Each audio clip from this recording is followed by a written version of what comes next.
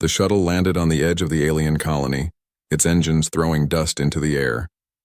The humans inside had traveled far across the stars to reach this strange world. When the ramp lowered, the air smelled sharp and heavy, full of scents no human could name. Tall grass waved in the wind, and in the distance, dark forests stretched like walls of green shadow.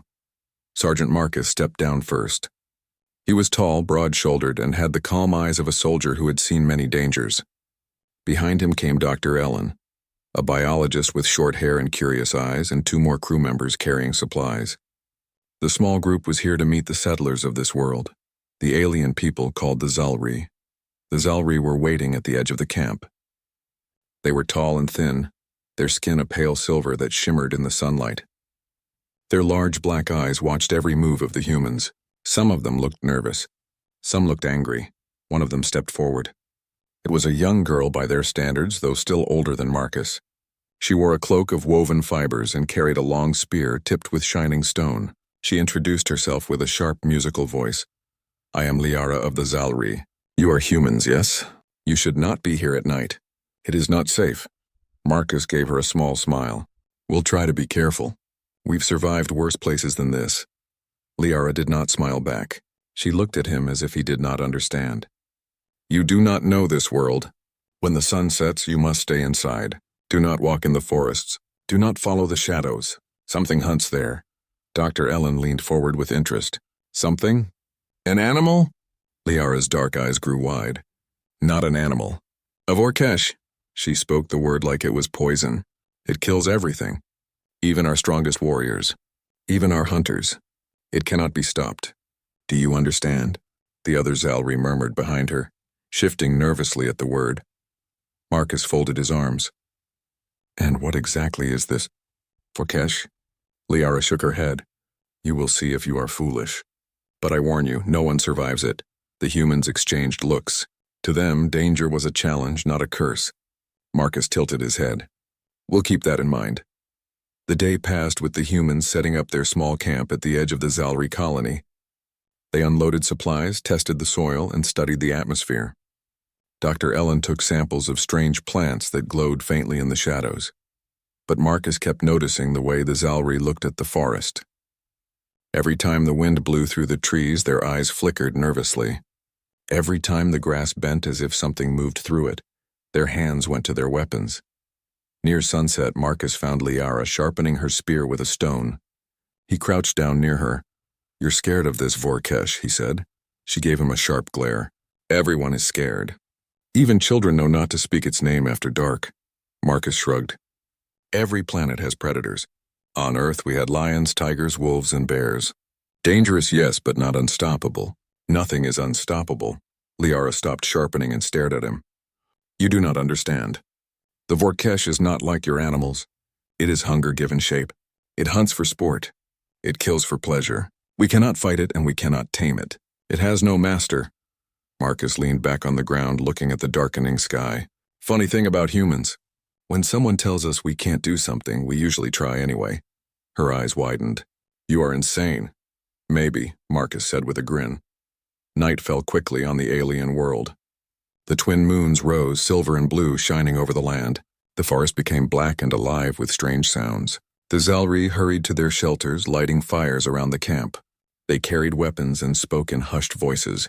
The humans gathered inside their tent. Dr. Ellen looked through her notes, her eyes glowing with curiosity. "From what Liara said," she explained, "this Vorkesh may be a top predator, something beyond anything we've cataloged. If it's real, studying it could teach us so much about alien ecosystems." Marcus was cleaning his rifle but did not load it. He looked thoughtful. "She said no one has survived meeting it. That doesn't mean it's impossible. Maybe they've just never tried the right way." "Marcus," Ellen said sharply, "you're not seriously thinking about going out there?" He smirked. "Why not? Someone has to see it. If it's as bad as they say, better I test it than wait for it to come knocking." One of the younger crew members swallowed hard. "You'll get yourself killed." Marcus stood and pulled on his jacket. "I've been almost killed a dozen times." "Still here?" He checked his gear but left his rifle behind. Instead, he took only a small light and a combat knife, though he had no plan to use it. When he stepped outside, the campfires flickered against the night. The Zelri gasped when they saw him heading toward the forest. Liara rushed to block his way. "You cannot," she hissed. "Do you want to be eaten alive?" Marcus looked at her calmly. "If your people are so afraid of it, then someone has to stop being afraid. Maybe it's not as untouchable as you think." She grabbed his arm. "It is death." "Do not," he gently pulled free. "Then if I die, at least I'll know the truth." Liara stared at him in disbelief as he walked into the tall grass, the light of the moons following him. The forest was alive with whispers and movements. Strange insects hummed in the air, glowing faintly as they darted between trees. The ground cracked softly under Marcus's boots as he moved deeper. He did not raise his light high. Instead, he listened. The sounds of the night grew quieter the farther he went, as if the world itself was holding its breath. Then he heard it. A low growl, deep and rumbling, rolled through the trees. His heart thumped, but his face stayed calm. He turned slowly. Two burning eyes stared at him from the darkness. They were large, bright, and full of hunger. The creature stepped forward, its massive form sliding out of shadow. The Vorkesh was taller than any man. Its body was covered in dark plates of bone-like armor, and its claws dug deep into the earth. Its jaws opened to show rows of teeth sharp as blades. The air itself seemed to bend around its power. Marcus breathed out slowly. "So, you're the monster," the Vorkesh growled again, circling him. Its tail swished like a whip, knocking branches aside. Any normal man would have run or fired his weapon, but Marcus stood still, his hands open at his sides. "Not a monster," he murmured softly. "Just a big predator. Just like the ones back home." The beast paused. Its glowing eyes narrowed, confused by his calmness. Marcus crouched down slightly, lowering himself to its level. He kept his voice low, steady, like he was talking to a wild dog. "Easy. I'm not here to fight. Not prey, not enemy. Just me." The Vorkesh tilted its head. Its growl faded into silence. For a long, tense moment, man and beast stared at each other under the twin moons. Back at the camp, Liara stood frozen at the edge of the forest, clutching her spear. She heard the growl echo through the night, and her heart nearly stopped. The humans watched nervously from their shelter, but none dared follow. And then, to their disbelief, the growl did not end in screams. Instead, the night stayed quiet. Marcus had not fired a shot. The Vorkesh had not struck.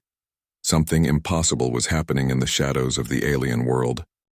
The Vorkesh stood in the shadows, its glowing eyes fixed on Marcus. Its body was huge, covered in dark scales that looked like armor. Its claws were long and curved, sharp enough to cut stone. The air was heavy with its breath, hot and foul like smoke from fire. Marcus did not move. He stayed crouched, his hands open, his eyes calm. The Vorkesh growled again, circling him slowly. Its movements were smooth, powerful, like a predator ready to strike. Most people would have run. Most would have raised a weapon. Marcus did neither. "You're just testing me," he said softly. "You want to know if I'm prey?" The beast tilted its head. Its tail swung through the grass, flattening it with a loud rustle. The sound carried far into the night. At the edge of the forest, Liara gripped her spear so tightly her hands shook. She could see the glowing eyes in the dark. She expected any moment to hear Marcus scream, to see his body torn apart. But the scream never came. Instead, she heard his voice again, low and steady. Marcus took a slow step forward. He kept his body relaxed, his heartbeat under control. He knew predators respected strength but not aggression. Running meant weakness. Attacking without reason meant challenge. Calmness meant mystery. The Vorkesh lowered its head, sniffing at him. Its hot breath brushed across his face. Marcus didn't flinch. "That's it," he whispered. "You're not a demon. You're just an animal. You've seen fear all your life. Let's try something different." He slowly extended one hand, palm open. The Vorkesh growled, its eyes narrowing. Its muscles tensed as if it would strike. Liara gasped from the distance, her heart pounding, but the strike never came. The beast leaned closer, its nose almost touching his hand. It sniffed once, twice. Its growl faded into silence. Marcus smiled slightly. "There we go." The Vorkesh made a sound almost like a rumble, deep and strange. Then it stepped back, circling him again, but not attacking. It was watching him, studying him, trying to understand why this strange human did not behave like prey. Back at the camp, Dr. Ellen whispered, "Is he..." Is he alive? One of the younger humans nodded nervously. That thing should have killed him by now. Ellen shook her head in disbelief. I don't understand. Nothing in biology should allow this. Predators don't just stop, Liara whispered to herself, almost trembling. It cannot be. No one survives the Vorkesh. No one. Marcus moved again, crouching lower to the ground. He placed his knife down in the dirt, showing he was unarmed. The Vorkesh's eyes followed the movement. It made a sound like a snarl, but softer. Less certain, you see, Marcus said quietly. I'm not here to fight. I'm not here to run. I'm just here to meet you. For a long moment, they stared at each other again. The night was silent except for the sound of the wind through the trees. Then the impossible happened. The Vorkesh sat down. Its massive body lowered onto the ground, its claws sinking into the soil. Its glowing eyes remained on Marcus, but its body was no longer tense. It was waiting, watching. At the camp, the Zalri gasped. Liara's hands shook so much she almost dropped her spear. He made it. Sit, she whispered. That is, not possible. The other aliens murmured in fear and awe. Marcus smiled faintly. That's better. You're not so scary when you're sitting, are you? Minutes passed, then an hour. The humans at the camp watched in silence as Marcus and the beast stayed together in the clearing. He spoke to it softly, as if talking to an old friend. The Vorkesh did not attack. It did not leave, it stayed. Finally, Marcus stood and began walking back toward the camp. To everyone's horror, the Vorkesh stood too, and followed. The tall grass bent under its massive body as it moved behind him like a shadow. At the camp's edge, the Zalri shouted in panic. They raised weapons, aimed spears, and lit more fires. Stay back, Liara cried to her people. If you anger it, we are all dead. The Vorkesh stopped just outside the firelight. Its glowing eyes reflected in the flames, making it look like a creature born of the stars. Marcus stepped into camp calmly, as if nothing strange had happened. Well, he said, I found your monster. Dr. Ellen stared at him in shock. And it didn't eat you? Marcus shrugged. Why would it? I wasn't prey. I wasn't a threat either. Animals understand respect. The Vorkesh let out a low rumble behind him, making every Zalri flinch. Marcus just chuckled. See? He agrees. Liara stormed toward him, her face full of anger and disbelief. You are mad. Do you know what you have done? You brought it here. You put us all in danger. Marcus looked at her calmly. Or maybe I showed it something new. Maybe it doesn't have to be your enemy anymore, her voice shook. You cannot tame a Vorkesh. It has killed thousands of my people. It destroyed our villages. It cannot be reasoned with. Marcus turned and looked at the beast again. It stood there quietly, watching him, waiting. Its eyes glowed, but its body was calm. Looks to me like it can, he said softly. That night, no one slept. The Vorkesh stayed near the camp, lying in the grass like a giant guardian. Every Zalri kept their distance, whispering in fear. The humans, however, were amazed. Dr. Ellen recorded every movement of the beast, noting its size, its habits, its strange patience around Marcus. Liara sat by the fire, her eyes locked on Marcus. She could not understand him. He had done something no Zalri could even dream of. He had survived the Vorkesh. More than that, he had changed it. When the sun rose, the Vorkesh was still there. It followed Marcus as he walked to the edge of the camp, its heavy steps shaking the ground. The Zalri elders gathered in alarm. This cannot be allowed, one of them said. If it stays here, it will kill us all. But Liara shook her head slowly. It does not move without him. It does not hunt, it obeys him. The elders fell silent, fear mixing with awe. Later that day, Marcus sat outside the camp, the Vorkesh resting beside him like a giant shadow. He tossed a piece of dried food toward it. The beast sniffed it, then ignored it. Marcus laughed softly. Not hungry, huh? Just curious about me. Liara approached slowly, her spear still in her hands. She stood a safe distance away, glaring at him. Tell me, she said sharply. What are you? What kind of creature looks at death and thinks it can be tamed? Marcus smiled faintly. I'm human. Her eyes narrowed. And humans are insane. Maybe, he said. Or maybe we just see things differently. You call it a monster, I call it a big cat with a bad temper. The Vorkesh rumbled softly, almost like a purr. Liara stepped back in shock. You see, Marcus said. Not so different after all. For the next few days, the camp lived in strange tension. The Vorkesh stayed close to Marcus, never attacking, never hunting. It walked with him when he moved, rested when he rested, and growled at anyone who came too close. The Zalri were terrified. They avoided Marcus, whispering that the humans had dark powers, but the younger ones, including Liara, could not stop watching. She was afraid, but also curious. She had grown up hearing stories of the Vorkesh as the end of all things, yet here it was, sitting beside a human like a companion. One evening she approached Marcus again. "Do you not fear it?" she asked quietly. Marcus looked at the beast, then back at her. "Of course I do. Only a fool doesn't fear something that powerful. But fear doesn't mean I can't try," she frowned. "And if it kills you?" "Then I'll die knowing I tried something no one else dared." Liara stared at him for a long time. For the first time her anger faded, replaced by something else. "Respect. You tamed our apex predator," she whispered. "No one will believe this," Marcus smiled. "Then they'll just have to see it for themselves." The Vorkesh lifted its head, rumbling again as if agreeing. The Vorkesh stood at the edge of the colony, its glowing eyes watching every movement. The alien settlers, the Zalri, whispered in fear. Some clutched their weapons. Some wanted to run. But none dared to attack, because the impossible was happening. The beast was not hunting. It was not killing.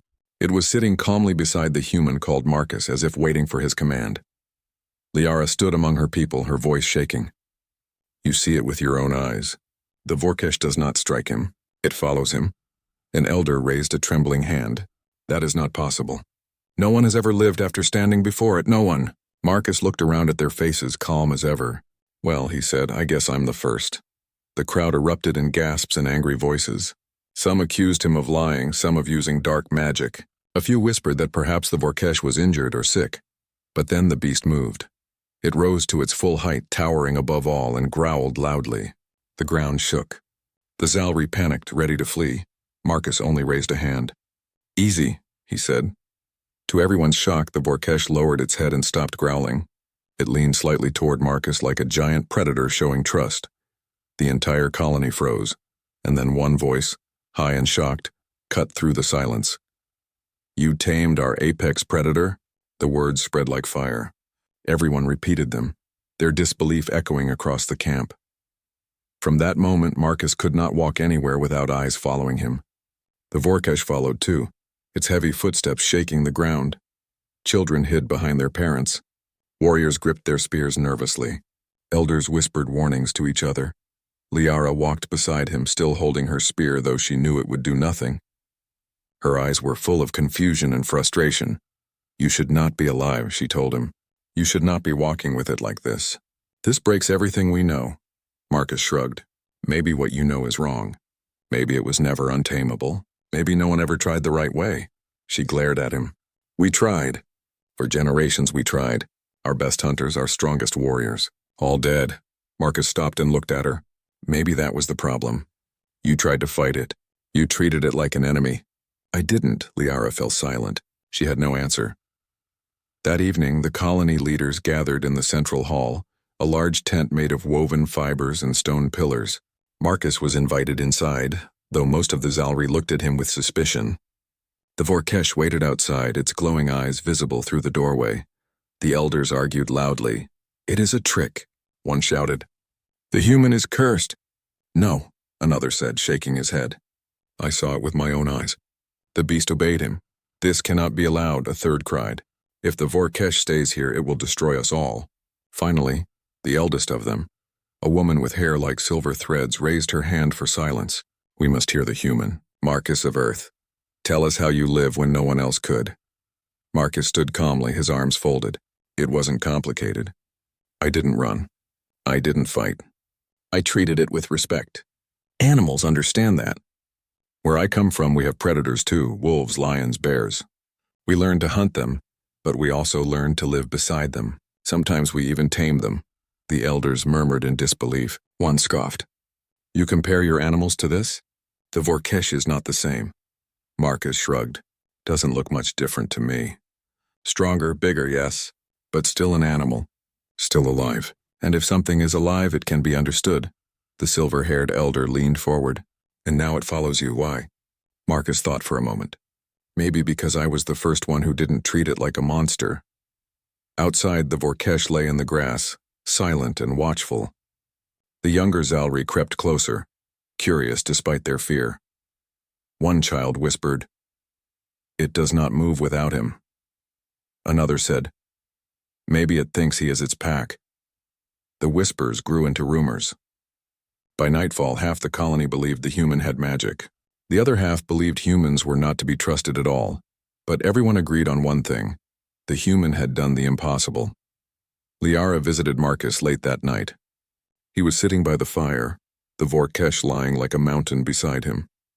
The beast's eyes glowed faintly in the dark, but it seemed almost peaceful. "You are changing everything," she told him. Her voice was quiet, heavy with both fear and wonder. Marcus poked at the fire with a stick. "Not my intention. I just wanted to see if it could be done." "You don't understand," she said sharply.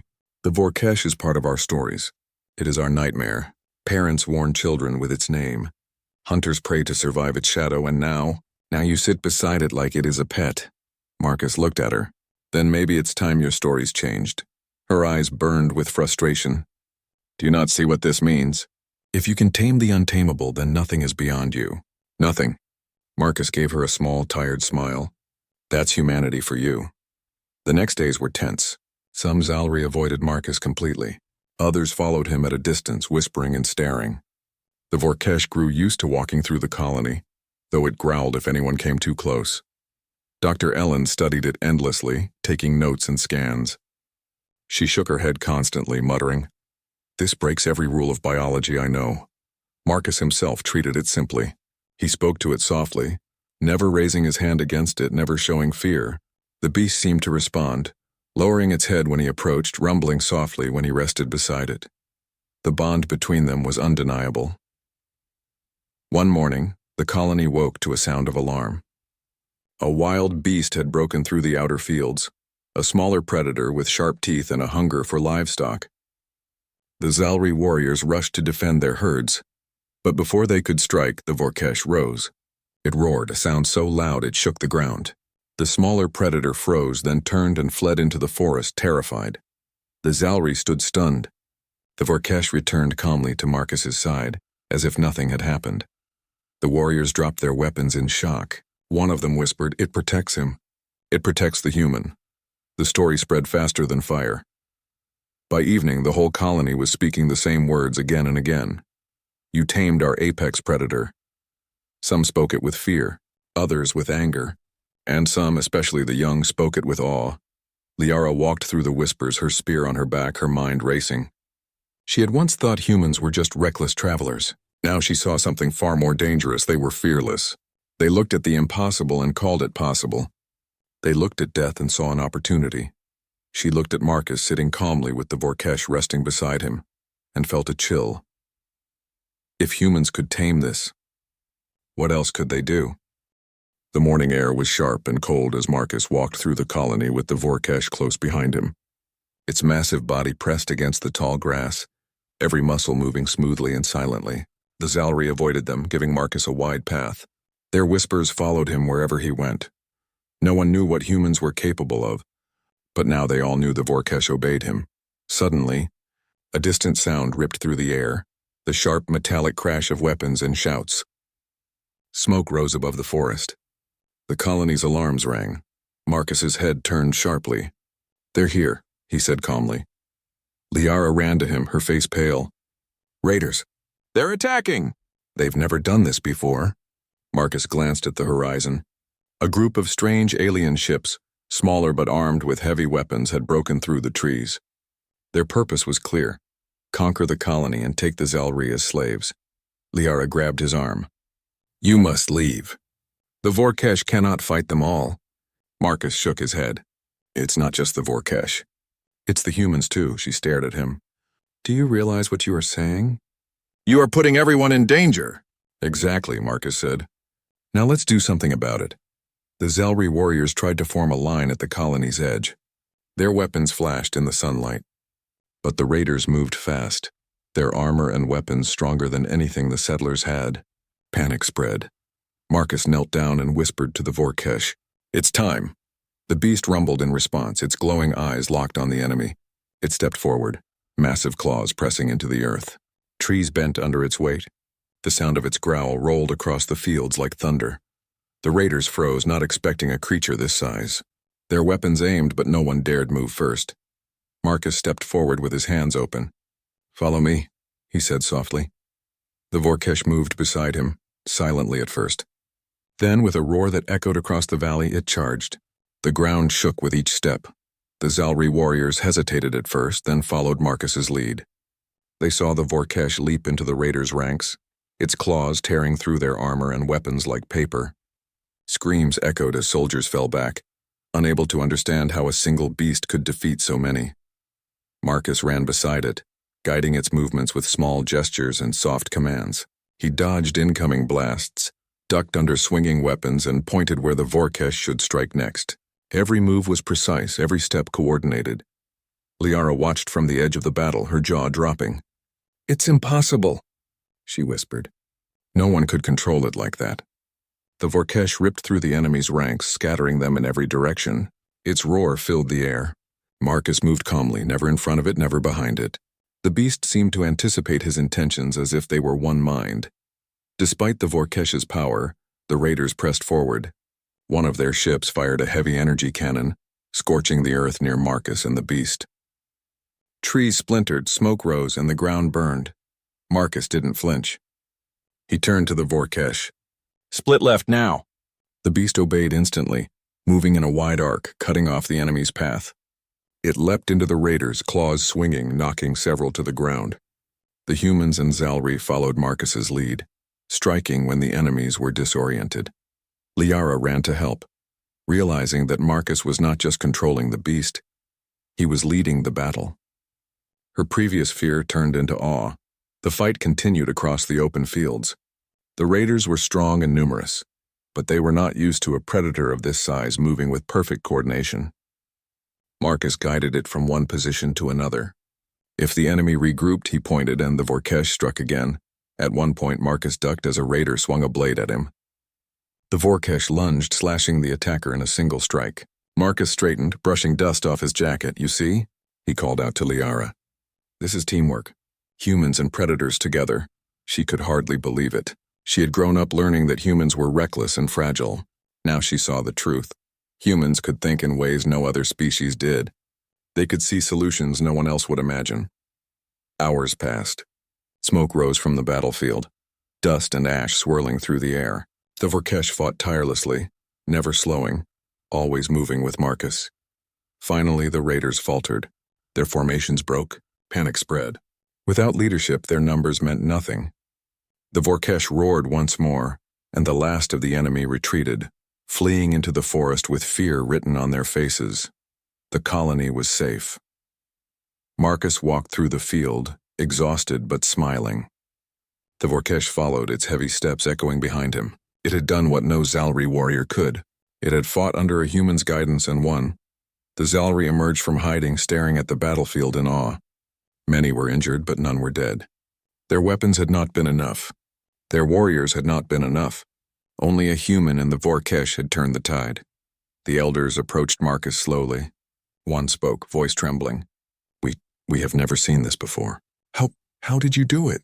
Marcus smiled faintly. "I just treated it like a living being, not a monster. Respect works better than fear."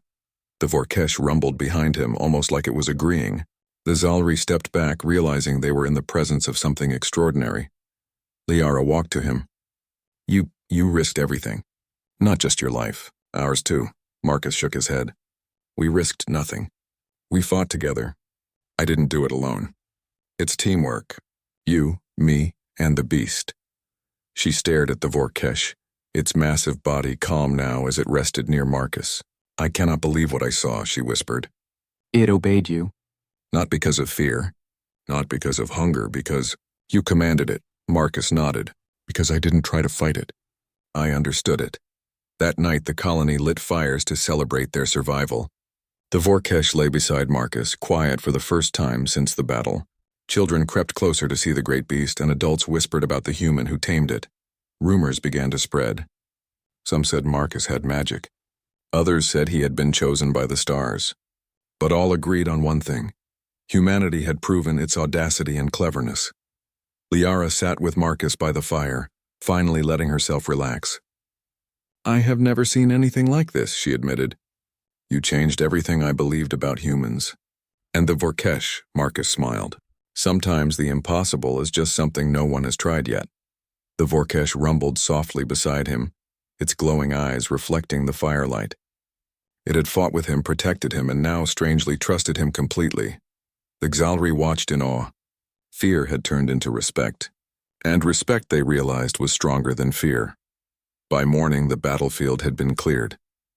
The raiders had fled, leaving their wounded and broken equipment behind. The Xalri repaired their colony with new hope. They no longer whispered only of fear. They whispered of the human who tamed the untamable, who led a beast into battle and won. Marcus walked through the colony, the Vorkesh at his side. Wherever he went, eyes followed. He had done something no human had ever done before. The sun rose over the Xalri colony, casting golden light across the fields that had been scarred by battle. Smoke from the previous day's fight still lingered in the air, but the colony was alive. The Xalri worked quietly to repair their homes and fortifications, while children peeked nervously at the giant Vorkesh lying near Marcus. The humans were calm, moving through the settlement as if they owned no more space than anyone else. Marcus walked at the front, his eyes scanning the horizon, the Vorkesh at his side. It had fought and survived alongside him, and now it moved with a strange patience like a guardian watching over the colony. Liara approached, her face a mix of awe and disbelief. "I still cannot believe it," she whispered. "It obeys you, listens to you, trusts you." Marcus glanced down at the massive beast, resting its glowing eyes on him. "It doesn't trust me blindly," he said. "I earned it. The same way we earn respect from each other." She shook her head. "Humans, you are unlike any creature I have known. You see possibilities where others see death." Marcus smiled faintly. "Maybe that's our gift. Or maybe we just refuse to give up." The elders gathered around, their eyes still wide with amazement. One of them, the silver-haired woman who had first questioned Marcus, spoke. "You have done what no Xalri could. You survived the Vorkesh, and now it fights for you. How is this possible?" Marcus shrugged lightly. "I didn't fight it. I didn't threaten it. I treated it as a living being. That's all. Fear doesn't build respect. Understanding does." Another elder shook his head, still trembling. "It is not natural. No human could do what you did. This will change everything we know about life and power." "Maybe," Marcus said, "or maybe it just shows that understanding is stronger than fear. That's a lesson everyone should remember." The Vorkesh rumbled softly, as if approving Marcus's words. Over the next few days, the colony returned to normal, though nothing was truly normal anymore. The Xalri could not stop staring at Marcus and the Vorkesh. Children wanted to touch it, though their parents warned them to stay back. Warriors watched silently, taking notes, trying to understand how one human could command what they called the deadliest predator of their world. Liara stayed close to Marcus, sometimes following him as he patrolled the borders. "I never thought humans could be like this," she said quietly. "So fearless, so witty, clever, so impossible to predict." Marcus laughed softly. "We surprise ourselves sometimes, and when we're tested, we push further than anyone expects." She shook her head, smiling despite herself. "I used to think humans were reckless, but now I do not know. Maybe you are more than that." One morning, as the twin moons faded in the sky, the Vorkesh rose from its resting place. Marcus stood beside it, speaking softly. "Time to check the borders," he said. The beast's massive feet pressed into the earth as it followed him. Even the Xalri warriors gave way, keeping their distance. For once, no one dared challenge its presence. They walked together, human and predator, through the tall grass and forests. Birds and small creatures fled from their path. The Vorkesh growled softly at any movement in the shadows, protecting Marcus from dangers no one else could see. The Xalri, who followed silently, could not stop whispering. "It is incredible. It obeys him. It protects him." Liara glanced at Marcus. "If you can do this with one creature, what else could humans achieve?" Marcus did not answer. He simply continued walking, confident in what they could accomplish when they faced challenges head-on. Later that day, Marcus called a meeting of the colony's leaders. They gathered in the central hall, their eyes wide but respectful. "I want to teach you something important," Marcus said. "Humans don't just fight for survival. We fight to understand. We work together. And we never underestimate what can be learned from others, even creatures that seem impossible to control. He gestured to the Vorkesh, which sat quietly beside him. This is not just a weapon. It is a living being. Treat it with respect and it will respond. That is how we live, how we thrive, and how we overcome challenges. Fear is easy. Understanding is powerful. The elders looked at each other, realizing the truth in his words. Even the fiercest predators of their world could be faced, not with weapons alone, but with patience, respect, and courage. That evening, a feast was held to celebrate the colony's survival. Humans and Zalri sat together, sharing food and stories. The Vorkesh lay near Marcus, surprisingly calm, allowing the children to watch it from a safe distance. For the first time, the colony felt hope instead of fear. Humans had changed everything. They had shown that even the untamable could be faced, understood, and turned into an ally. Liara sat beside Marcus, a quiet smile on her face. I used to fear the Vorkesh, she said softly. Now, I almost respect it more than any warrior I know. Marcus chuckled. Respect goes both ways. It's not just about strength. It's about trust. And sometimes the bravest thing is standing still and facing fear without fighting it. The Vorkesh rumbled softly, like a deep laugh, and the Zalri children giggled nervously at the sound. Word of Marcus and the Vorkesh spread beyond the colony. Traders, explorers, and distant worlds began whispering of a human who tamed the untamable predator of a distant planet. They spoke of courage, cleverness, and a species that could see the impossible as a challenge, not a threat. Liara walked with Marcus outside the colony, the sun low in the sky painting gold across the fields. I think the galaxy will never see humans the same way again, she said. Marcus looked at the Vorkesh, which had returned to rest beside him. Let them wonder, he said. Let them see what we can do. Humans don't need fear to survive. We need courage, and the willingness to try when everyone says it cannot be done. She nodded. I will tell my people everything. They need to know. Humans are not just strong. You are something else entirely. Marcus smiled faintly. We're a lot of things. Fearless, clever, stubborn, maybe even impossible to predict. But one thing is true, we never give up. And sometimes that makes all the difference. As night fell, Marcus sat by the fire, the Vorkesh at his side. The stars above twinkled in silence. The Zalri colony slept safely, their fear replaced by awe and respect. Marcus looked down at the beast, its massive body calm beside him. Not a monster, he whispered. Just a friend. The Vorkesh rumbled softly, leaning its head against him, a sign of trust. Marcus smiled. Humans had faced death. They had faced the untamable, and they had turned the impossible into reality. And in that quiet moment on a distant world, the galaxy began to learn the truth about humanity, that no matter the danger, no matter the odds, humans could see opportunity where others saw fear, and they would rise to it.